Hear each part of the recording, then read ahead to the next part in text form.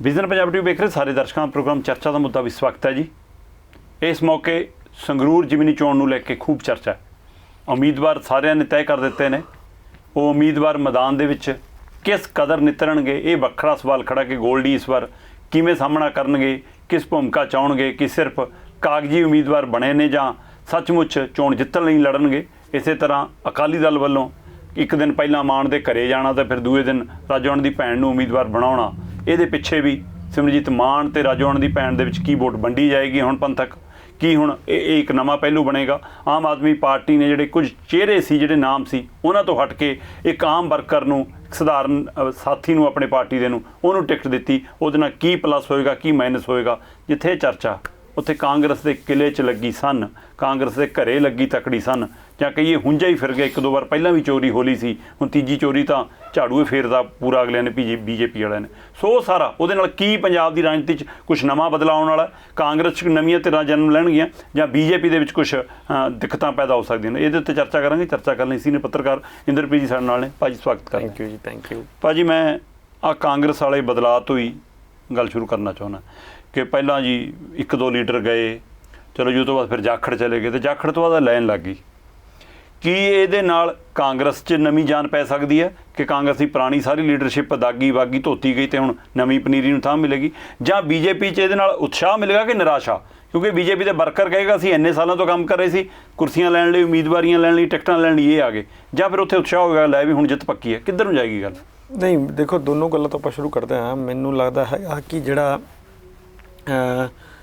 ਕਾਂਗਰਸ ਦੇ ਵਿੱਚ ਸਫਾਈ ਤੁਸੀਂ ਕਹਿ ਰਹੇ ਹੋ, ਉਹ ਬਿਲਕੁਲ ਠੀਕ ਸ਼ਬਦ ਤੁਸੀਂ ਯੂਜ਼ ਕੀਤਾ ਹੈ ਕਿ ਬਹੁਤੇ ਬੰਦੇ ਜਿਹੜੇ ਗਏ ਨੇ, ਚਾਹੇ ਬਲਬੀਰ ਸਿੱਧੂ ਹੋਣ, ਉਹਨਾਂ 'ਚ PPE ਕਿੱਟਾਂ ਨੂੰ ਲੈ ਕੇ, ਦਵਾਈਆਂ ਨੂੰ ਲੈ ਕੇ, ਇਹ ਸਾਰੇ ਭਰਾ ਨੂੰ ਲੈ ਕੇ, ਉਹਦੇ ਭਰਾ ਨੂੰ ਲੈ ਕੇ, ਫਿਰ ਉਹ ਜਿਹੜੀ ਗਊਸ਼ਾਲਾ ਵਾਲੀ ਜ਼ਮੀਨ ਨੂੰ ਲੈ ਕੇ, ਕਈ ਤਰ੍ਹਾਂ ਦੇ ਉਹਨਾਂ 'ਤੇ ਦਾਗ ਹੈਗੇ ਆ, ਜਿਨ੍ਹਾਂ ਨੂੰ ਮਤਲਬ ਜਿਨ੍ਹਾਂ 'ਤੇ ਤੁਸੀਂ ਐਂ ਕਹਿ ਲਓ ਕਿ ਜਿਨ੍ਹਾਂ ਨੂੰ ਧੋਣਾ ਬਣਦਾ ਸੀ ਜਾਂ ਜਿਨ੍ਹਾਂ ਬਾਰੇ ਸਪਸ਼ਟੀਕਰਨ ਆਉਣਾ ਜ਼ਰੂਰੀ ਸੀ, ਉਹ ਕਦੇ ਨਹੀਂ ਆਇਆ। ਦੂਸਰਾ ਸੁੰਦਰ ਸ਼ਾਮ ਅਰੋੜਾ, ਉਹਨਾਂ 'ਤੇ ਵੀ ਤੁਸੀਂ ਦੇਖੋ ਮੋਹਾਲੀ ਦਾ ਇੰਡਸਟਰੀਅਲ ਪਲਾਟ ਜਿਹੜਾ ਕੌੜੀਆਂ ਦੇ ਭਾਅ ਵੇਚਣਾ ਦਾ ਜਿਹੜਾ ਵੱਡਾ ਘੁਟਾਲਾ ਹੈ, ਉਹ ਲੋਕਪਾਲ ਦੇ ਵਿੱਚ ਹੈਗਾ ਇਸ ਟਾਈਮ ਵੀ, ਔਰ ਉਹ ਵੀ ਗਏ ਹੋਏ ਹੈ।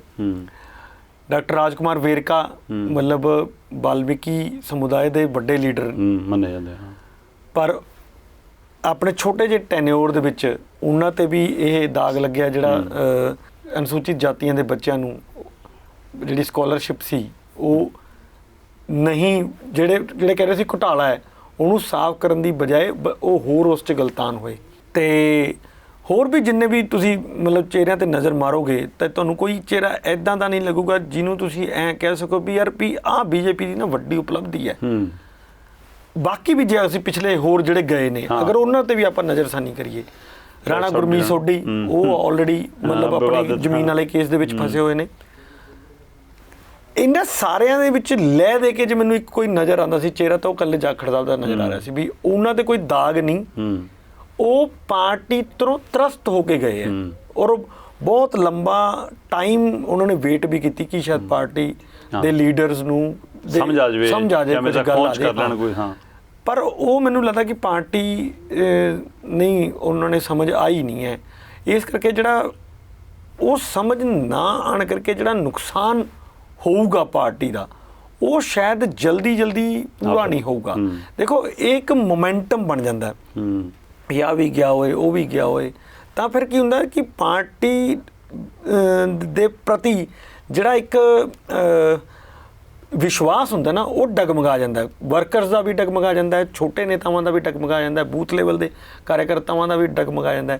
ਫਿਰ ਜਦੋਂ ਤੁਸੀਂ ਇਹ ਜਿਹੀ ਸਥਿਤੀ 'ਚੋਂ, ਤਾਂ ਫਿਰ ਤੁਹਾਨੂੰ ਜਾਂ ਤਾਂ ਬੜੀ ਮਸ਼ੱਕਤ ਕਰਨੀ ਪਏਗੀ, ਠੀਕ, ਤਾਂ ਤੁਸੀਂ ਕੁਝ ਕਰ ਸਕਦੇ ਹੋ, ਅਤੇ ਜਾਂ ਫਿਰ ਕੋਈ ਇਹੋ ਜਿਹੀ ਚੀਜ਼ ਹੋਵੇ ਕਿ ਸਾਰਾ ਪਾਸਾ ਹੀ ਤੁਹਾਡੇ ਪਾਸੇ ਪਲਟ ਜੇ, ਤਾਂ ਤੁਸੀਂ ਕਰ ਸਕਦੇ ਹੋ। ਹੁਣ ਠੀਕ ਹੈ ਕਿ ਰਾਜਾ ਵੜਿੰਗ ਜ਼ਮੀਨੀ ਨੇਤਾ ਨੇ, ਮਤਲਬ ਉਹ ਕੋਈ ਪੈਰਾਸ਼ੂਟਡ ਨੇਤਾ ਨਹੀਂ ਹੈਗੇ, ਮਤਲਬ ਜ਼ਮੀਨ ਤੋਂ ਉੱਠੇ ਹੋਏ ਨੇਤਾ ਨੇ, ਜਿਹਨੂੰ ਆਪਾਂ ਕਹਿੰਦੇ ਹਾਂ ਕਿ ਐਨਰਜੈਟਿਕ ਲੜਕਾ ਹੈਗਾ, ਮਤਲਬ ਇਹ ਉਹਦੇ ਵਿੱਚ ਜਾਨ ਪਾ ਸਕਦਾ। ਇਹ ਜੀ ਮੈਂ ਐਂ ਤਾਂ ਨਹੀਂ ਕਹੂੰਗਾ ਕਿ ਵੀ ਜਾਨ ਨਹੀਂ ਪੈ ਸਕਦੀ, ਜਾਨ ਪੈ ਸਕਦੀ ਹੈ ਪਾਰਟੀ 'ਚ, ਪਰ ਉਹਦੇ ਲਈ ਬਹੁਤ ਜ਼ਿਆਦਾ ਮਸ਼ੱਕਤ ਕਰਨੀ ਪੈਣੀ ਹੈ। ਪਰ ਉਹਦੇ ਲਈ ਉੱਪਰ ਵਾਲਿਆਂ ਦੀ ਭੂਮਿਕਾ ਤਾਂ ਸਹੀ ਹੋਣੀ ਚਾਹੀਦੀ। ਐਗਜ਼ੈਕਟਲੀ, ਇੱਥੇ ਹੀ ਆ ਰਿਹਾ ਸੀ ਮੈਂ। ਸਭ ਤੋਂ ਵੱਡੀ ਦਿੱਕਤ ਹੀ ਇੱਥੇ ਹੈ ਕਿ ਜਿਹੜਾ ਮਤਲਬ ਪਾਵਰ ਗ੍ਰੈਬ ਕਰਨੀ ਹੁੰਦੀ ਹੈ ਕਿਸੇ ਥਾਂ ਤੋਂ, ਉਹ ਕੁੰਡਾ ਜਿਹੜਾ ਹੈ ਨਾ ਬਹੁਤ ਕਮਜ਼ੋਰ ਪੈ ਚੁੱਕਿਆ ਉੱਥੇ ਉੱਪਰ ਵੀ, ਔਰ ਉਹਨਾਂ ਨੂੰ ਸਮਝ ਹੀ ਨਹੀਂ ਆ ਰਿਹਾ ਵੀ ਯਾਰ ਕੀ ਕਰੀਏ।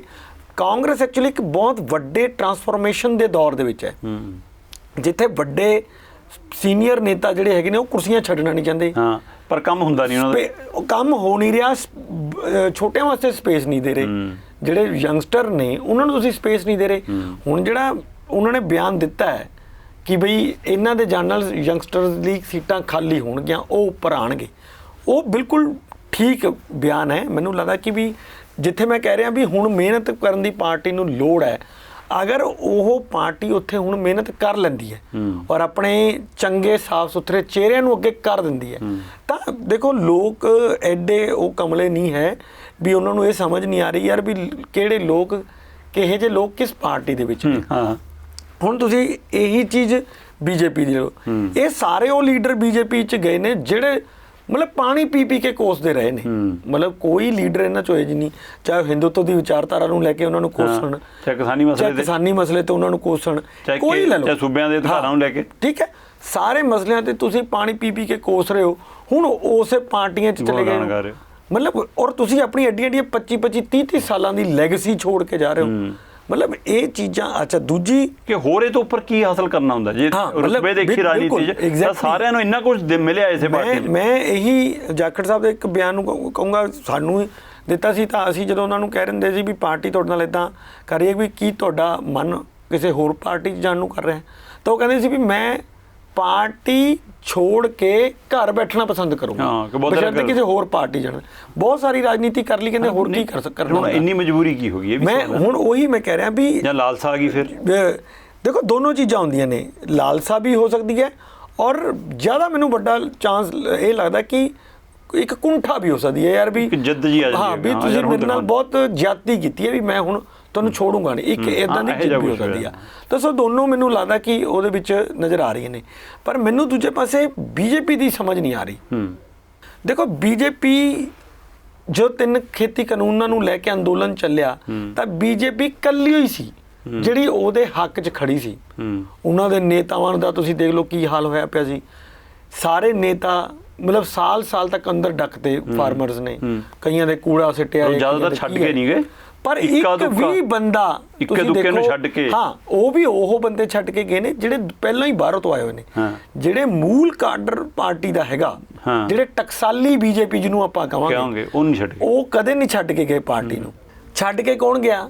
ਮਿੱਤਲ ਸਾਹਿਬ ਵਰਗੇ ਬੰਦੇ ਜਿਨ੍ਹਾਂ ਨੂੰ ਟਿਕਟ ਨਹੀਂ ਮਿਲੀ, ਪਰ ਉਹ ਇਸ ਗੱਲ ਤੇ ਨਹੀਂ ਛੱਡ ਕੇ ਗਏ ਕਿ ਵੀ ਖੇਤੀ ਅੰਦੋਲਨ ਖਰਾਬ ਹੈ ਇਸ ਕਰਕੇ ਛੱਡ ਕੇ ਗਏ। ਉਹ ਤਾਂ ਟਿਕਟ ਨਹੀਂ ਮਿਲੀ, ਆਪਣੀ ਇੱਕ ਅਲੱਗ ਉਹ ਸੀ। ਨਹੀਂ ਪਰ ਅਨਿਲ ਜੋਸ਼ੀ ਨੇ ਛੱਡੀ ਆ। ਹਾਂ ਅਨਿਲ ਜੋਸ਼ੀ, ਤੁਹਾਨੂੰ ਬਹੁਤ ਲਿਮਟਿਡ ਜੇ ਨਾਮ ਮਿਲਣਗੇ, ਮਤਲਬ ਐਡੀ ਵੱਡੀ ਪਾਰਟੀ 'ਚ ਤੁਹਾਨੂੰ ਗਿਣਤੀ ਦੇ ਉਂਗਲਾਂ ਤੇ ਗਿਣ ਸਕਣ ਪੂਰਾ ਪੰਜਾਬ ਇੱਕ ਪਾਸੇ ਖੜਾ ਸੀ, ਹਾਂ ਇੱਕ ਪਾਸੇ ਪੂਰਾ ਪੰਜਾਬ ਖੜਾ ਸੀ, ਕੰਟਰੀ ਖੜਾ ਸੀ, ਤਾਂ ਇੱਕ ਪਾਸੇ ਬੀਜੇਪੀ ਖੜੀ ਸੀ ਔਰ ਉਹਨਾਂ ਦੇ ਨੇਤਾ ਹਰ ਜ਼ੁਲਮ ਸਤਮ ਸਹਿ ਰਹੇ ਸੀ। ਠੀਕ, ਉਹ ਬੰਦੇ ਅੱਜ ਮਹਿਸੂਸ ਕਰ ਰਹੇ ਹੈ ਹਾਂ ਵੀ ਯਾਰ ਸਾਰਾ ਹੀ ਕੂੜਾ ਕਬਾੜ ਜਿਹੜਾ ਦੂਜੀ ਪਾਰਟੀਆਂ ਦਾ ਹੈਗਾ ਉਹ ਯਾਰ ਤੁਸੀਂ ਆਪਣੇ ਪਾਰਟ ਇੱਥੇ ਜਮ੍ਹਾਂ ਕਰੀ ਜਾ ਰਹੇ ਹੋ, ਕੱਲ ਨੂੰ ਤੁਸੀਂ ਆਪਣੇ ਬੰਦੇ ਕਿਵੇਂ ਸੈੱਟ ਕਰੋਗੇ? ਮੈਂ ਤੁਹਾਨੂੰ ਇੱਕ ਛੋਟੀ ਜਿਹੀ ਉਦਾਹਰਨ ਦੇਵਾਂ। ਕੱਲ ਹੀ ਮੇਰੇ ਕਿਸੇ ਮਿੱਤਰ ਨੇ ਮੈਨੂੰ ਪਾਇਆ ਵੀ ਇਹਨਾਂ ਇਲੈਕਸ਼ਨਾਂ ਦੇ ਵਿੱਚ ਮੋਹਾਲੀ ਤੋਂ ਇਹਨਾਂ ਨੇ ਜਿਹੜਾ ਮੁੰਡਾ ਖੜਾ ਕੀਤਾ ਸੀਗਾ, ਉਹਨੇ ਬਹੁਤ ਮਿਹਨਤ ਕੀਤੀ, ਬੜੀ ਚੰਗੀ ਵੋਟ ਵੀ ਮਿਲੀ ਉਹਨੂੰ, ਬਾਵਜੂਦ ਇਹਦੇ ਕਿ ਜਿਹੜੇ ਇੱਕ ਪਾਸੜ ਇਲੈਕਸ਼ਨ ਹੋਇਆ ਕਿ ਉਹਦੇ ਬਾਵਜੂਦ ਉਹ ਚੰਗੀ ਵੋਟ ਲੈ ਗਿਆ, ਦੂਜੇ ਪਾਰਟੀਆਂ ਦੇ ਮੁਕਾਬਲਤਨ ਵੋਟ ਲੈ ਗਿਆ ਉਹ। ਹੁਣ ਤੁਸੀਂ ਬਲਬੀਰ ਸਿੱਧੂ ਨੂੰ ਉੱਥੇ ਲਿਆਏ, ਕੀ ਤੁਸੀਂ ਬਲਬੀਰ ਸਿੱਧੂ ਨੂੰ ਟਿਕਟ ਦੋਗੇ ਜਾਂ ਉਸ ਮੁੰਡੇ ਨੂੰ ਟਿਕਟ ਦੋਗੇ? ਜੇ ਬਲਬੀਰ ਸਿੱਧੂ ਨੂੰ ਟਿਕਟ ਨਹੀਂ ਦੋਗੇ ਇਹਦਾ ਮਤਲਬ ਤੁਸੀਂ ਇਹਨਾਂ ਨੂੰ ਪ੍ਰੋਮਿਸ ਤਾਂ ਕੀਤਾ ਹੋਣਾ ਕੁਝ, ਇਦਾਂ ਤਾਂ ਉਹ ਆਏ ਨਹੀਂ ਹੋਣੇ। ਪਾਰਟੀ 'ਚ ਹਲੇ ਉੱਪਰ ਸਟੇਜ ਤੋਂ ਨਹੀਂ ਉਤਰੇ ਸੀ, ਕੇਵਲ ਢਿੱਲੋਂ ਟਿਕਟ ਮਿਲ ਗਈ। ਠੀਕ, ਹੁਣ ਮੈਂ ਇਹੀ ਕਹਿ ਰਿਹਾ ਵੀ ਜਿੱਥੇ ਤਾਂ ਪਾਰਟੀ ਦਾ ਕੁਝ ਵੀ ਹਾਰ ਨਹੀਂ ਹੈ ਉੱਥੇ ਤਾਂ ਚਲੋ ਤੁਸੀਂ ਸਮਝ ਵੀ ਆਉਂਦੀ ਹੈ ਕਿ ਤੁਸੀਂ ਇਹਨਾਂ ਨੂੰ ਦੇ ਦੋਗੇ। ਹਾਲਾਂਕਿ ਮੈਂ ਤੁਹਾਨੂੰ ਇਹ ਵੀ ਦੱਸਾਂ ਵੀ ਕੇਵਲ ਢਿੱਲੋਂ ਨੂੰ ਦੇ ਕੇ ਵੀ ਬਹੁਤ ਵੱਡੀ ਗਲਤੀ ਕੀਤੀ ਹੈ। ਪਾਰਟੀ ਨੇ ਇੱਕ ਵੱਡਾ ਦਾਅ, ਮੈਨੂੰ ਇਹ ਲੱਗ ਰਿਹਾ ਹੈ ਕਿ ਪਾਰਟੀ ਨੂੰ ਉੱਥੇ ਕਿਸੇ ਹਿੰਦੂ ਕੈਂਡੀਡੇਟ ਨੂੰ ਸੀਟ ਦੇਣੀ ਚਾਹੀਦੀ ਸੀ, ਜੋ ਮੇਰਾ ਆਪਣਾ ਮੰਨਣਾ ਹੈਗਾ। ਮੈਂ ਕਿਉਂ ਕਹਿ ਰਿਹਾ ਹੈ ਕਿ ਇਸ ਵਾਰ ਜਿਹੜਾ ਸੰਗਰੂਰ ਦਾ ਇਲੈਕਸ਼ਨ ਹੋ ਰਿਹਾ ਹੈ, ਸੰਗਰੂਰ ਦਾ ਇਲੈਕਸ਼ਨ ਬਿਲਕੁਲ ਵੀ ਪੋਲੀਟੀਕਲ ਏਜੰਡੇ ਤੇ ਨਹੀਂ ਹੈਗਾ, ਉਹ ਇਮੋਸ਼ਨਲ ਏਜੰਡੇ ਤੇ ਖੇਡਿਆ ਜਾ ਰਿਹਾ। ਚਾਹੇ ਬੰਦੀ ਸਿੰਘਾਂ ਦਾ ਮਾਮਲਾ ਹੋਵੇ, ਉਹਦੇ ਕਰਕੇ ਕਾਂਗਰਸ ਨੇ ਸੌਰੀ ਅਕਾਲੀ ਦਲ ਨੇ ਰਾਜੋਆਣਾ ਦੀ ਭੈਣ ਨੂੰ ਟਿਕਟ ਦਿੱਤੀ। ਸਿਮਰਨਜੀਤ ਸਿੰਘ ਮਾਨ ਆਪਣੇ ਆਪ ਨੂੰ ਹੀ ਬੰਦੀ ਸਿੰਘ ਕਹਾਂਦੇ ਰਹਿੰਦੇ ਆ, ਉਹ ਇੱਕ ਖਾਲਿਸਤਾਨ ਦੇ ਅਲੱਗ ਮੁੱਦੇ ਤੇ ਖੜੇ ਆ, ਉਹ ਸ਼ੁਰੂ ਤੋਂ ਹੀ ਖੜੇ ਨੇ। ਚਲੋ ਉਹਨਾਂ ਦੀ ਆਪਾਂ ਗੱਲ ਕਾਹਦੇ ਲਈ ਕਰਨੀ ਹੈ, ਲੇਕਿਨ ਅਕਾਲੀ ਦਲ ਪੂਰੇ 10 ਸਾਲ ਸਰਕਾਰ 'ਚ ਰਿਹਾ, ਉਹਨੂੰ ਉਦੋਂ ਕਦੇ ਬੰਦੀ ਸਿੰਘ ਯਾਦ ਨਹੀਂ ਆਏ। ਇਹ ਹੁਣ ਜਦੋਂ ਮਤਲਬ ਓਪੋਜੀਸ਼ਨ 'ਚ ਆ ਗਈ ਤਾਂ ਹੀ ਇਹ ਬੰਦੀ ਸਿੰਘ ਯਾਦ ਆਈ ਜਾ ਰਹੇ ਉਹਨਾਂ ਨੂੰ। ਇੱਕ ਗੱਲ ਫਿਰ ਉਹਨਾਂ ਦੇ ਇਸ਼ੂਜ਼ ਨੂੰ ਉਹ ਜ਼ਿਆਦਾ ਕਿੰਨੇ ਚਿਰ ਤੋਂ ਲਗਾਤਾਰ ਉਭਾਰੇ। ਇਟ ਮੀਨਸ ਉਹਨਾਂ ਦੇ ਦਿਮਾਗ 'ਚ ਪਹਿਲਾਂ ਤੋਂ ਹੀ ਹੈ ਕਿ ਅਸੀਂ ਸੰਗਰੂਰ ਬਾਈ ਇਲੈਕਸ਼ਨ ਜਿਹੜੀ ਹੈ ਇਸ ਇਸ਼ੂ ਤੇ ਹੀ ਲੜਨੀ ਹੈ। ਉਹ ਪਾਰਟੀ ਇੱਕ ਦਾਅ ਖੇਡ ਰਹੀ ਹੈ। ਉਹਦੇ 'ਚ ਨਾਲ ਕੀ ਹੋਊਗਾ ਵੀ ਜਾਂ ਤਾਂ ਪੰਥਕ ਵੋਟ ਉਹਨਾਂ ਦੇ ਹੱਕ 'ਚ ਇਕੱਠੀ ਹੋ ਜਾਏਗੀ, ਜਿਹੜੀ ਕਿ ਪੰਥਕ ਵੋਟ ਉਹਨਾਂ ਤੋਂ ਛਿਟਕ ਗਈ ਹੈ, ਹੁਣ ਉਹਨਾਂ ਦੇ ਹੱਕ 'ਚ ਇਕੱਠੀ ਹੋ ਜਾਏਗੀ ਇੱਕ, ਜਾਂ ਫਿਰ ਉਹਨਾਂ ਨੂੰ ਮਤਲਬ ਇਹ ਜੀ ਹਾਲਤ ਹੋ ਜਾਏਗੀ ਪਾਰਟੀ ਖਤਮ ਹੋਣ ਦੇ ਕਿਨਾਰੇ ਤੇ। ਪਰ ਉੱਥੇ ਤੁਸੀਂ ਕਹਿੰਦੇ ਹੋ ਕਿ ਹਿੰਦੂ ਵਪਾਰੀ ਵੋਟ ਬਹੁਤ ਹੈ। ਮੈਨੂੰ ਇਹ ਲੱਗ ਰਿਹਾ ਸੀ ਵੀ ਸੰਗਰੂਰ ਜਿਹੜਾ ਹੈਗਾ ਨਾ ਬਹੁਤ ਛੋਟੀਆਂ ਮੰਡੀਆਂ 'ਚ ਨੇ, ਧੂਰੀ, ਸੰਗਰੂਰ, ਸੁਨਾਮ, ਮੂਣਕ, ਲਹਿਰਾ ਗਾਗਾ, ਠੀਕ ਹੈ ਨਾ, ਇੱਧਰੋਂ ਮਲੇਰਕੋਟਲਾ, ਅਹਿਮਦਗੜ੍ਹ, ਦੇਖੋ ਬਹੁਤ ਛੋਟੀਆਂ ਬਰਨਾਲਾ, ਸਾਰੀਆਂ ਛੋਟੀਆਂ ਮੰਡੀਆਂ ਨੇ ਜਿੱਥੇ ਮਤਲਬ ਬਨੀਆ ਕਮਿਊਨਿਟੀ ਦਾ ਅੱਛਾ ਆਧਾਰ ਹੈ, ਚੰਗਾ ਆਧਾਰ ਹੈ, ਮਤਲਬ ਛੋਟਾ ਆਧਾਰ ਨਹੀਂ ਆਪਾਂ ਕਹਿੰਦੇ, ਚੰਗਾ ਆਧਾਰ ਹੈ। ਔਰ ਇਸ ਜਿੱਧਰ ਮੈਂ ਉਹੀ ਕਹਿ ਰਿਹਾ ਤੁਹਾਨੂੰ, ਔਰ ਇਹੀ ਗਲਤੀ ਕਾਂਗਰਸ ਨੇ ਵੀ ਕੀਤੀ ਹੈ, ਇਹੀ ਗਲਤੀ ਇਹਨਾਂ ਨੇ ਵੀ ਕੀਤੀ ਹੈ। ਜੇ ਕਿਤੇ ਇਹ ਸੀਟ ਮੈਨੂੰ ਲੱਗਦਾ ਵਿਜੇਂਦਰ ਸਿੰਗਲਾ ਨੂੰ ਦਿੱਤੀ ਹੁੰਦੀ, ਦਲਬੀਰ ਗੋਲਡੀ ਦੀ ਦੇਣਾ ਚਾਹੁੰਦੇ ਸੀ ਉਹ, ਬਿਲਕੁਲ। ਮੈਂ ਕਹਿੰਦਾ ਲੜਨ ਲਈ ਤਿਆਰ ਨਹੀਂ ਸੀ। ਬੀਜੇਪੀ ਵੀ ਅਰਵਿੰਦ ਖੰਨੇ ਨੂੰ ਦੇਣਾ ਚਾਹੁੰਦੀ ਸੀ, ਉਹ ਵੀ ਸ਼ਾਇਦ ਲੜਨ ਲਈ ਤਿਆਰ ਨਹੀਂ। ਮੈਨੂੰ ਇਹੀ ਲੱਗ ਰਿਹਾ ਨਾ ਕਿ ਜਦੋਂ ਗੋਲਡੀ ਨੂੰ ਵੀ ਧੱਕੇ ਨਾਲ ਕਹਿੰਦੇ ਜੇ ਇਹ ਲੋਕ ਕਹੀ ਜਾਂਦੇ ਰਹਿੰਦੇ ਆ ਕਿ ਜੀ ਅਸੀਂ ਪਾਰਟੀ ਦੇ ਵਫਾਦਾਰ ਸਿਪਾਹੀ ਹਾਂ, ਪਾਰਟੀ ਲਈ ਹਰ ਲੜਾਈ ਲੜਨ ਨੂੰ ਤਿਆਰ ਹਾਂ, ਤੇ ਪਾਰਟੀ ਤਾਂ ਤੁਹਾਨੂੰ ਹੁਣ ਭੇਜ ਰਹੀ ਹੈ ਅੱਗੇ, ਤੇ ਲੜੋ ਫਿਰ। ਤਾਂ ਫਿਰ ਤੁਸੀਂ ਲੜ ਕਿਉਂ ਨਹੀਂ ਰਹੇ? ਤੁਸੀਂ ਉਹ ਪਾਰਟੀ ਨੂੰ ਤਾਂ ਇਹ ਕਹਿ ਸਕਦੇ ਸੀ ਵੀ ਜੀ ਮੇਰੇ ਕੋਲ ਇੰਨਾ ਪੈਸਾ ਨਹੀਂ, ਉਹ ਫਿਰ ਪਾਰਟੀ ਨੇ ਦੇਖਣਾ ਵੀ ਉਹ ਪੈਸਾ ਤੁਹਾਨੂੰ ਕਿੱਥੋਂ ਦੇਵੇ, ਲੋਕਾਂ ਦਾ ਫੰਡ ਇਕੱਠਾ ਕਰਕੇ ਦੇਵੇ, ਆਪਣੇ ਕੋਲੋਂ ਦੇਵੇ, ਕਿਸ ਤਰ੍ਹਾਂ ਦੇਵੇ, ਉਹ ਪਾਰਟੀ ਦੇ ਉੱਤੇ ਛੱਡੋ। ਲੇਕਿਨ ਤੁਸੀਂ ਲੜਾਈ ਦੇ ਮੈਦਾਨ 'ਚ ਤਾਂ ਕੁੱਦੋ, ਤੁਸੀਂ ਤਾਂ ਲੜਾਈ ਦੇ ਮੈਦਾਨ ਹੀ ਛੱਡੀ ਜਾ ਰਹੇ ਹੋ। ਤਾਂ ਇਹਦਾ ਜਿਹੜੀ ਫਿਰ ਇਹ ਤੁਸੀਂ ਸਪੇਸ ਕ੍ਰੀਏਟ ਕਰੋਗੇ, ਇਹ 'ਚ ਕੋਈ ਤਾਂ ਬੰਦਾ ਆਊਗਾ ਹੀ। ਹੁਣ ਮੈਂ ਉਹੀ ਤੁਹਾਨੂੰ ਗੱਲ ਕਰ ਰਿਹਾ ਵੀ ਤੁਸੀਂ ਅੱਜ ਦੀ ਡੇਟ 'ਚ ਮੈਨੂੰ ਤੁਸੀਂ ਇਹ ਦੱਸੋ ਕਿ ਜਦੋਂ ਦੋ ਪਾਰਟੀਆਂ ਵੱਡੀਆਂ, ਸ਼੍ਰੋਮਣੀ ਅਕਾਲੀ ਦਲ ਬਾਦਲ ਔਰ ਸ਼੍ਰੋਮਣੀ ਅਕਾਲੀ ਅੰਮ੍ਰਿਤਸਰ, ਇਹ ਪਿਓਰਲੀ ਸਿੱਖ ਇਸ਼ੂਜ਼ ਤੇ ਲੜ ਰਹੀਆਂ ਨੇ। ਕਾਂਗਰਸ ਨੇ ਇਮੋਸ਼ਨਲ ਕਾਰਡ ਸਿੱਧੂ ਮੂਸੇਵਾਲਾ ਦਾ ਖੇਡਣਾ ਦੀ ਪੂਰੀ ਕੋਸ਼ਿਸ਼ ਕੀਤੀ ਉਹਨਾਂ ਨੇ, ਟੱਬਰ ਚੋਂ ਟਿਕਟ ਦੇਣ ਦੀ ਕੋਸ਼ਿਸ਼ ਕੀਤੀ, ਮਨਾਉਣ ਦੀ ਕੋਸ਼ਿਸ਼ ਕੀਤੀ, ਫਾਦਰ ਨੂੰ ਟਿਕਟ ਦੇਣੀ ਹੈ। ਉਹਨਾਂ ਨੂੰ ਐ ਲੱਗ ਰਿਹਾ ਸੀ ਵੀ ਇਹ ਬੜੀ ਕੇਕ ਵਾਕ ਜੀ ਹੈਗੀ ਹੈ, ਇਹਨੂੰ ਆਪਾਂ ਆਰਾਮ ਨਾਲ ਜਿੱਤ ਲਾਂਗੇ। ਉਹ ਇੱਕ ਇਮੋਸ਼ਨਲ ਜਿਹਾ ਕਾਰਡ, ਕਿਉਂਕਿ ਪਰ ਭੋਗ ਉਹਨਾਂ ਦਾ 8 ਤਰੀਕ ਨੂੰ ਹੈ ਮੂਸੇਵਾਲਾ ਦੇ ਕਾਗਜ਼ੀ। ਇਹ ਜਿਹੜੀ ਚੀਜ਼ ਮੈਂ ਜਿਹੜੀ ਤੁਹਾਨੂੰ ਗੱਲ ਕਰ ਰਿਹਾ ਵੀ ਪੋਲਿਟਿਕਸ ਨਾ ਹੋ ਕੇ ਨਾ ਇਮੋਸ਼ਨਲ ਕਾਰਡਾਂ ਵੱਲ ਜਰਾ ਚਲੀ ਗਈ ਹੈਗੀ ਹੈ, ਜਿਹਦੇ ਵਿੱਚ ਫਿਰ ਕੀ ਹੁੰਦਾ ਵੀ ਜਿਹੜੇ ਚੰਗੇ ਨੇਤਾ ਨੇ ਉਹ ਛਟਕ ਜਾਂਦੇ ਆ, ਮਤਲਬ ਕਿ ਉਹ ਬਾਹਰ ਹੋ ਜਾਂਦੇ ਵੀ ਯਾਰ ਇਲੈਕਸ਼ਨ ਉਸ ਤੇ ਤਾਂ ਹੋਣਾ ਹੀ ਨਹੀਂ, ਮੇਰੀਆਂ ਕਈਆਂ ਹੋਈਆਂ ਗੱਲਾਂ ਨੂੰ ਸੁਣਨਾ ਕੀ ਨੇ। ਤਾਂ ਉਹ ਚੀਜ਼ਾਂ ਮੈਨੂੰ ਲੱਗਦਾ ਵੀ ਇੱਥੇ ਹੋਣ ਵਾਲੀਆਂ ਹੈਗੀਆਂ ਨੇ, ਉੱਥੇ ਹੋਣਗੀਆਂ ਵੀ। ਇਹ ਦੇਖੋ ਕਾਂਗਰਸ ਚਾਹੇ ਸਿੱਧੂ ਮੂਸੇਵਾਲਾ ਦੇ ਪਰਿਵਾਰ ਨੂੰ ਟਿਕਟ ਨਹੀਂ ਦੇ ਪਾਈ ਜਾਂ ਉਹਨਾਂ ਨੇ ਨਹੀਂ ਲਿੱਤੀ, ਪਰ ਇਸ ਇਲੈਕਸ਼ਨ ਦੇ ਵਿੱਚ ਇਹ ਕਾਰਡ ਖੇਲਿਆ ਜ਼ਰੂਰ ਜਾਊਗਾ। ਅਕਾਲੀ ਦਲ ਵੀ ਪੂਰੀ ਕੋਸ਼ਿਸ਼ ਕਰੂਗਾ ਕਿ ਉਹ ਬੰਦੀ ਸਿੰਘਾਂ ਦਾ ਜਿਹੜਾ ਇਸ਼ੂ ਹੈਗਾ ਉਹਨੂੰ ਜਿੰਨਾ ਜ਼ਿਆਦਾ ਹੋ ਸਕੇ, ਮੂਸੇ ਵਾਲੇ ਨੂੰ ਵੀ ਜੋੜ ਕੇ ਰੱਖਣਗੇ। ਹਾਂ, ਮੂਸੇ ਵਾਲੇ ਨੂੰ ਵੀ ਜੋੜਨਗੇ, ਇਹਨਾਂ ਨੂੰ ਵੀ ਜੋੜਨਗੇ, ਦੋਨੋਂ ਨੂੰ ਜੋੜ ਕੇ ਉਹ ਪੂਰਾ ਕਾਰਡ ਖੇਲਣਗੇ। ਉਹਨਾਂ ਦੇ ਜਿਵੇਂ ਕਹਿ ਲਓ ਨਾ ਵੀ ਸਾਰੀ ਚੀਜ਼ ਹੀ ਦਾਅ ਤੇ ਲੱਗੀ ਹੋਈ ਹੈ। ਪਾਰਟੀ ਕੋਲ ਹੁਣ ਕੋਈ ਹੈ ਨਹੀਂ, ਸਕੋਪ ਨਹੀਂ ਹੈ। ਤੁਸੀਂ ਜਿਹੜੀ ਹੁਣ ਉਹਨਾਂ ਦੀ ਰਿਪੋਰਟ ਆਈ ਹੈ, ਜਿਹੜੀ ਉਹਨਾਂ ਨੇ ਬਣਾਈ ਸੀ ਹਾਰ ਦੇ ਕਾਰਨਾਂ ਤੋਂ ਬਾਅਦ ਜਿਹੜੀ ਰਿਪੋਰਟ ਦਿੱਤੀ ਹੈ, ਤੁਸੀਂ ਉਹਨੂੰ ਵੀ ਚੈੱਕ ਕਰ ਲਓ। ਉਹਦੇ 'ਚ ਵੀ ਮੈਕਸੀਮਮ ਚੀਜ਼ਾਂ ਇਹੀ ਨੇ ਕਿ ਵੀ ਤੁਸੀਂ ਆਹ ਜਿਹੜੇ ਸਿੱਖ ਇਸ਼ੂਜ਼ ਨੇ ਉਹ ਤੁਸੀਂ ਛੋੜਤੇ ਹੈ, ਗੁਰੂ ਗ੍ਰੰਥ ਸਾਹਿਬ ਵਾਲਾ ਇਸ਼ੂ ਤੁਸੀਂ ਅਪਮਾਨ ਵਾਲਾ ਇਸ਼ੂ ਤੁਸੀਂ ਛੋੜਤਾ। ਮਤਲਬ ਇਹ ਚੀਜ਼ਾਂ ਬਹੁਤ ਸਾਰੀਆਂ ਨੇ ਜਿਹਦੇ ਤੇ ਪਾਰਟੀ ਨੇ ਰੀਥਿੰਕ ਕਰਨਾ ਹੈ। ਪਰ ਕਮਾਲ ਦੀ ਗੱਲ ਹੈ ਕਿ ਹਜੇ ਤੱਕ ਪਾਰਟੀ ਉਸ 'ਤੇ ਸੋਚ ਹੀ ਨਹੀਂ ਰਹੀ। ਇੰਦਰਪ੍ਰੀਤ ਜੀ, ਜਦੋਂ ਮੂਸੇਵਾਲਾ ਵਾਲਾ ਕਾਂਡ ਹੁੰਦਾ ਉਹ ਤੋਂ ਬਾਅਦ ਇੱਕ ਨਵੀਂ ਤਰ੍ਹਾਂ ਦੀ ਲੜਾਈ ਸ਼ੁਰੂ ਹੁੰਦੀ ਹੈ, ਅਤੇ ਇੱਕ ਲੱਗਣ ਲੱਗਦਾ ਕਿ ਲੈ ਵੀ ਇੱਥੇ ਸ਼ਾਇਦ ਹੁਣ ਆਮ ਆਦਮੀ ਪਾਰਟੀ ਕਰਦੀ ਨਜ਼ਰ ਆ ਰਹੀ ਹੈ। ਪਰ ਉਹ ਆਹ ਸਾਰੇ ਉਮੀਦਵਾਰ ਐਲਾਨਣ ਤੋਂ ਬਾਅਦ ਇੱਕ ਵਾਰ ਫਿਰ ਲੱਗ ਰਿਹਾ ਕਿ ਨਹੀਂ, ਉਹ ਇਸ ਸਾਰੇ 'ਚੋਂ ਆਪਣਾ ਗੱਡਾ ਖਿੱਚ ਕੇ ਲੈ ਜਾਏਗੀ। ਲੱਗ ਰਿਹਾ ਜੋ ਆਮ ਵਰਕਰ ਨੂੰ ਦਿੱਤੀ ਹੈ। ਬਿਲਕੁਲ ਲੱਗ ਤਾਂ ਰਿਹਾ ਕਿ ਇੱਕ ਆਮ ਸਧਾਰਨ ਵਰਕਰ ਨੂੰ ਟਿਕਟ ਦੇ ਕੇ ਪਾਰਟੀ ਨੇ ਇੱਕ ਵੱਡਾ ਦਾਅ ਤਾਂ ਖੇਲਿਆ ਹੀ ਹੈ ਕਿ ਪਾਰਟੀ ਇਹ ਇੱਕ ਮੈਸੇਜ ਦੇਣ ਦੀ ਕੋਸ਼ਿਸ਼ ਕਰ ਰਹੀ ਹੈ ਕਿ ਪਾਰਟੀ ਦੇ ਵਿੱਚ ਕੋਈ ਵੀ ਲੀਡਰ ਵੱਡਾ ਨਹੀਂ ਹੈ, ਸਾਰੇ ਇਕੁਅਲ ਹੀ ਨੇ। ਦੇਖੋ ਉੱਥੇ ਅਮਨ ਅਰੋੜਾ ਵੀ ਬੈਠੇ ਹੈ, ਉੱਥੇ ਮੈਨੂੰ ਲੱਗਦਾ ਕਿ ਸ਼ਾਇਦ ਅਮਨ ਅਰੋੜਾ ਨੂੰ ਵੀ ਇਹਨਾਂ ਨੇ ਮਨਾਉਣ ਦੀ ਕੋਸ਼ਿਸ਼ ਕੀਤੀ ਹੈ। ਸੇਮ ਉਹੀ ਗੱਲ ਹੈ ਕਿ ਅਮਨ ਅਰੋੜਾ ਕਹਿ ਰਿਹਾ ਵੀ ਹੁਣ ਇੱਕ ਇਲੈਕਸ਼ਨ ਉਹ ਲੜ ਕੇ ਹਟੇ ਆ 2 ਮਹੀਨੇ ਪਹਿਲਾਂ, 2 ਸਾਲ ਬਾਅਦ ਫਿਰ ਇਲੈਕਸ਼ਨ ਨੇ, ਇੱਕ ਇਲੈਕਸ਼ਨ ਨੂੰ ਹੁਣ ਲੜਨਾ, ਮੈਂ ਇਲੈਕਸ਼ਨ ਹੀ ਲੜਦਾ ਰਹਿ ਜਾਊਂਗਾ।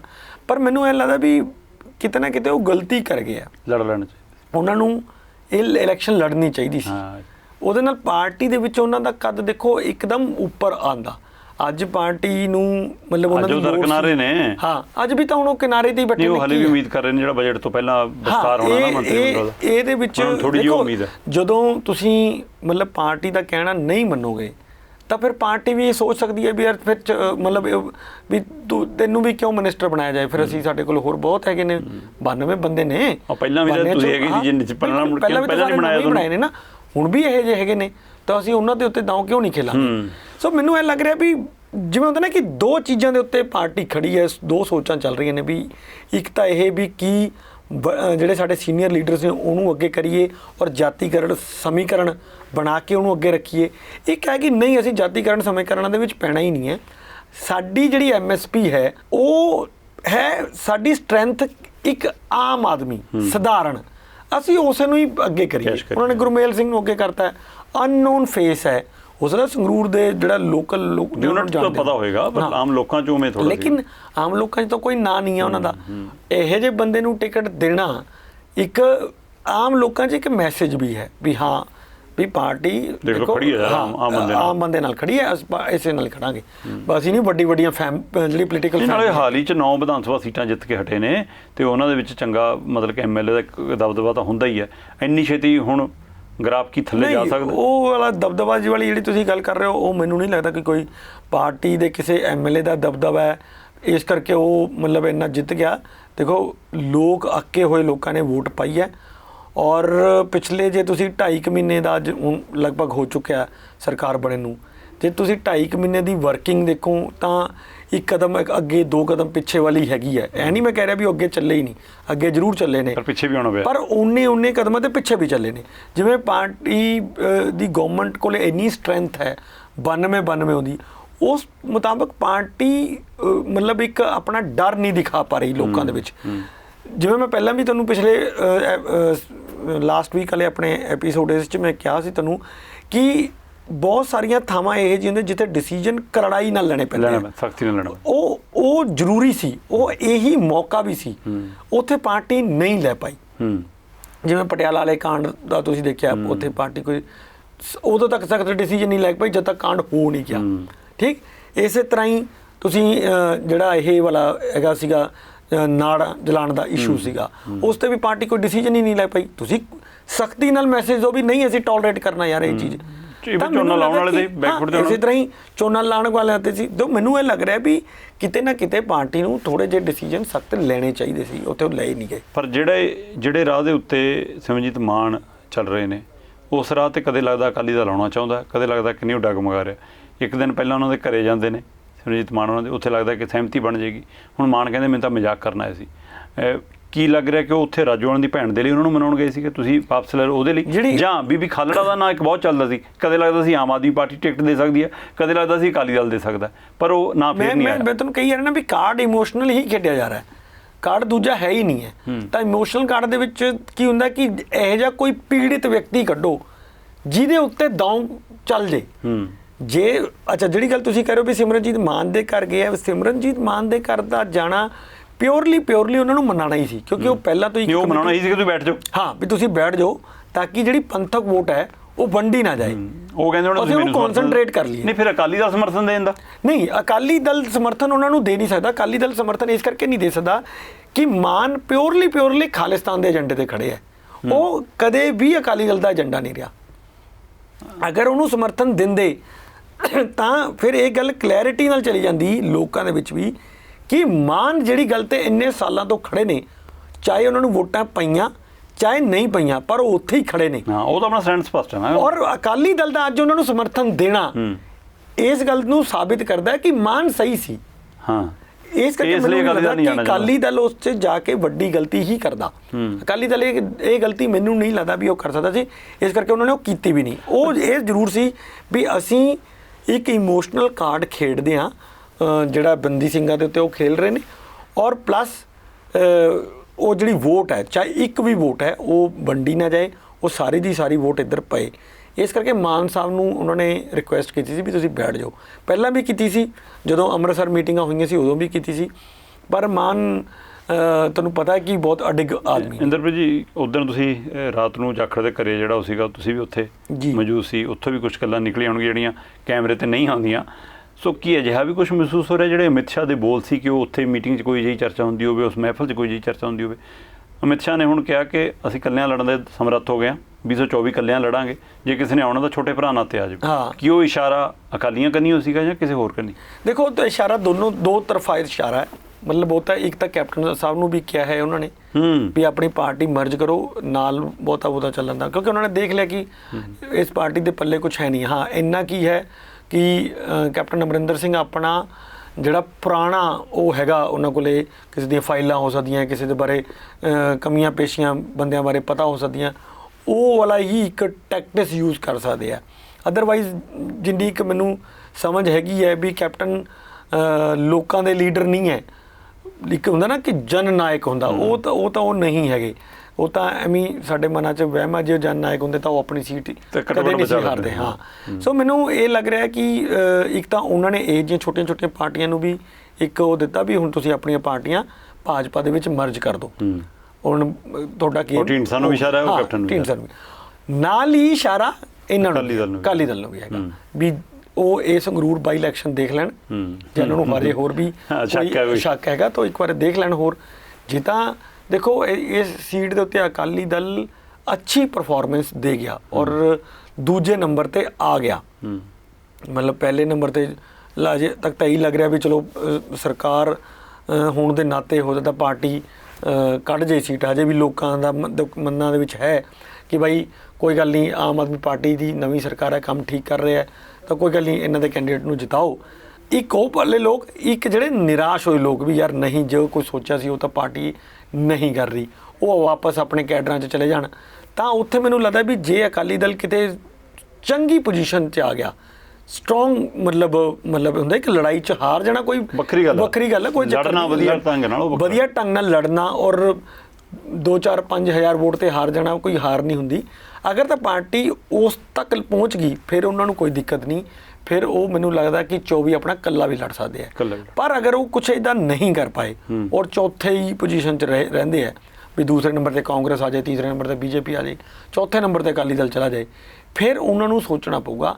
ਫਿਰ ਉਹਨਾਂ ਕੋਲੇ ਕੋਈ ਇਹ ਰਾਹ ਨਹੀਂ ਰਹਿ ਜਾਣਾ ਕਿ ਉਹ ਵਾਕਈ ਛੋਟਾ ਭਰਾ ਬਣ ਕੇ ਹੀ ਬੀਜੇਪੀ ਦੇ ਮਗਰ ਜਾਣ। ਸੋ 26 ਜੂਨ ਕਾਫੀ ਕੁਝ ਤੈਅ ਕਰੇਗੀ। 23 ਜੂਨ ਨੂੰ ਵੋਟਾਂ ਨੇ, 26 ਜੂਨ ਦੇ ਨਤੀਜੇ ਤੈਅ ਕਰਨਗੇ ਕਿ ਕਿਹਨੇ ਛੋਟਾ ਭਾਈ ਬਣਨਾ ਤਾਂ ਕਿਹਨੇ ਆਪਣੇ ਦਮ ਤੇ ਲੜਨਾ, ਕਿਹਨੇ ਭਰਾਵਾਂ ਨੇ ਸਾਹਮਣੇ ਖੜਨਾ। ਸੋ ਬੀਜੇਪੀ ਨੇ ਇੱਕ ਵਾਰ ਫਿਰ ਪੰਜਾਬ ਦੇ ਵਿੱਚ ਘੇਰਾਬੰਦੀ ਕਹਿ ਲਓ, ਕਿਲਾਬੰਦੀ ਕਹਿ ਲਓ, ਸ਼ੁਰੂ ਕਰ ਦਿੱਤੀ ਹੈ। ਸੋ ਉਸ ਕਿਲਾਬੰਦੀ ਦੇ ਵਿੱਚ ਜਿਵੇਂ ਇੰਦਰਪ੍ਰੀਤ ਹੋਰਾਂ ਨੇ ਵੀ ਕਿਹਾ ਕਿ ਖਾਸਾ ਕੂੜਾ ਵੀ ਹੁੰਝ ਕੇ ਲੈ ਗਏ ਨੇ, ਉਸ ਨੂੰ ਲੈ ਕੇ ਬੀਜੇਪੀ ਦੇ ਵਰਕਰਾਂ 'ਚ ਵੀ ਖਾਸੀ ਫਿਕਰਮੰਦੀ ਹੈ ਕਿ ਅਸੀਂ ਚੋਣਾਂ ਲੜਨ ਦੀ ਤਿਆਰੀ ਕਰਦੇ ਰਹੇ ਜਾਂ ਅਸੀਂ ਦਰੀਆਂ ਝਾੜਦੇ ਰਹੇ, ਅਸੀਂ ਸਾਲਾਂ ਬੱਧੀ ਲੱਗੇ ਰਹੇ ਇੱਥੇ, ਤੇ ਜਦੋਂ ਹੁਣ ਲੱਗਿਆ ਕਿ ਹਾਂ ਅਸੀਂ ਮੁਰਲੀ ਲਾਈਨ 'ਚ ਖੜਨਾ ਤਾਂ ਸਾਡੇ ਮੂਹਰੇ ਲਿਆ ਕੇ ਉਹੀ ਪੁਰਾਣੀ ਲੀਡਰਸ਼ਿਪ ਦੂਜੀਆਂ ਪਾਰਟੀਆਂ ਦੀ ਖੜਾਤੀ ਗਈ। ਇਸ ਨੂੰ ਲੈ ਕੇ ਬੀਜੇਪੀ ਦੇ ਅੰਦਰ ਵੀ ਇੱਕ ਨਵਾਂ ਖਲਾਅ ਪੈਦਾ ਹੋਣ ਵਾਲਾ। ਸੋ ਇਸ ਲਈ ਸਾਰੇ ਪਹਿਲੂ ਤੋਂ ਲੈ ਕੇ ਚਰਚਾ ਹਾਜ਼ਰ ਸੀ। ਫਿਰ ਪਰਤਾਂਗੇ ਨਵੇਂ ਮਹਿਮਾਨਾਂ ਨਾਲ, ਨਵੇਂ ਵਿਸ਼ਿਆਂ ਨਾਲ। ਤੁਸੀਂ ਵੇਖਦੇ ਰਹੋ ਵਿਜ਼ਨ ਪੰਜਾਬ TV, ਹਰ ਕਦਮ ਤੁਹਾਡੇ ਨਾਲ।